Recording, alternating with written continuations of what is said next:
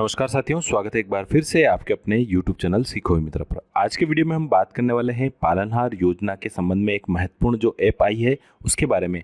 इससे आप घर बैठे पालनहार योजना का सत्यापन कर पाएंगे। चलिए शुरुआत करते हैं। कैसे इंस्टॉल करना है, कैसे इस ऐप को काम में लेनी है। आपको ई मित्र धारक पर जाने की आवश्यकता नहीं पड़ेगी, आप स्वयं से घर बैठे ही पालनहार का सत्यापन कर पाएंगे। चलिए शुरू करते हैं। प्ले स्टोर पर चले जाना है। यहाँ पर आपको टाइप करना होगा पालनहार। जैसे ही आप यहाँ टाइप करेंगे आपके सामने SJED पालनहार स्कीम करके ये ऐप दिखाई देगी आपको। मैंने पहले से ही इसे इंस्टॉल कर रखा है, इसलिए डायरेक्ट मेरे पास ओपन का ऑप्शन आ रहा है।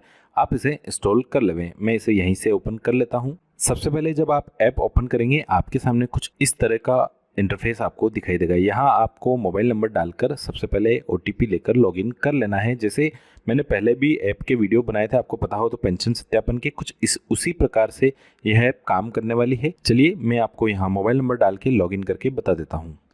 जैसे ही आप आपका मोबाइल नंबर डालकर OTP भेजेंगे, फिर से आपके सामने इस तरह की स्क्रीन आ जाएगी। ये देखिए मेरे पास OTP आ चुका है, मैं इसे एंटर कर लेता हूँ। अब फाइनली आपके सामने इस तरह का इंटरफेस दिखाई देगा। आपको ऐप कुछ इस तरह से आपको दिखाई देगी। यहाँ पर आपको 3 ऑप्शन दिए गए हैं। पहला ऑप्शन है आपके सामने आवेदन की स्थिति। इस वाले ऑप्शन पर जब आप क्लिक करेंगे तो आप यहाँ आपका जनाधार नंबर या फिर एप्लीकेशन ID डालकर आपकी पालनहार की स्थिति जांच कर पाएंगे। यानी कि अगर उसमें पेमेंट आपको पता करना है, उसमें आपका पालनहार रिन्यूअल पेंडिंग है, तो वह सभी चीज़ें आप यहाँ पर एंटर करके चेक कर पाएंगे। सिर्फ आपको जनाधार नंबर या फिर एंटर करना होगा। दूसरा वाला आपके सामने ऑप्शन जो आपको दिखाई दे रहा है नवीनीकरण का है। इसके जरिए आप घर बैठे ही आपके बच्चों का रिन्यूअल कर पाएंगे, या फिर आपके कोई क्लाइंट है जिनका आप सत्यापन करना चाहते हैं, आपके गांव वगैरह में जो लोग ई मित्र पर आ नहीं सकते हैं, उनका आप यहाँ पर सत्यापन कर पाएंगे मोबाइल की सहायता से।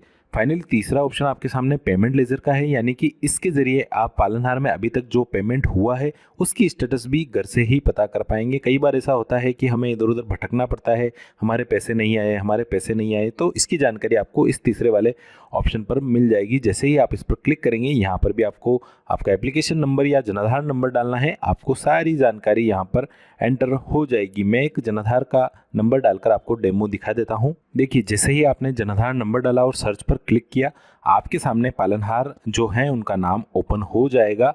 आप नीचे देखेंगे उनकी स्टेटस अप्रूव है या नहीं है वो दिखाई देगी। फिर आपको यहाँ एक और ऑप्शन दिखाई दे रहा होगा व्यू पेमेंट स्टेटस। इस पर आपको क्लिक करना होगा। जैसे ही आप इस पर क्लिक करेंगे आपके सामने वर्ष खुल जाएंगे। किस वित्तीय वर्ष का आपको पेमेंट चेक करना है वो आप आसानी से यहाँ पर चेक कर पाएंगे।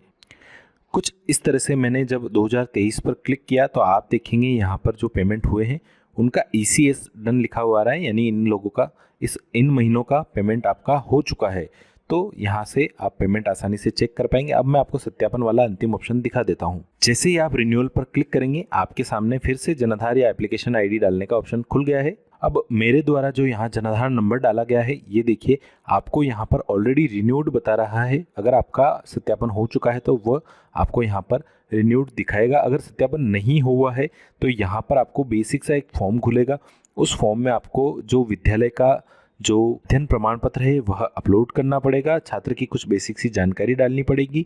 प्रिंसिपल के मोबाइल नंबर, नाम वगैरह, विद्यालय का नाम वगैरह आपको यहाँ पर एंटर करना होगा। जिसे ही वो आप एंटर कर देंगे फाइनल सबमिट हो जाएगा। बच्चा सत्यापित होने के बाद जैसे पेंशन सत्यापन के समय आप देखेंगे कि जो फेस KYC का ऑप्शन आता था, आपको पालनहार का यहाँ फेस KYC करना होगा। उसके जरिए आप पालनहार का सत्यापन कर पाएंगे। जैसे ही फेस KYC सबमिट हो जाएगा आसानी से आपका सत्यापन हो जाएगा बिना किसी ई मित्र पर जाए हुए, बिना किसी खर्च के। धन्यवाद साथियों, वीडियो कैसा लगा बताएं जरूर। धन्यवाद।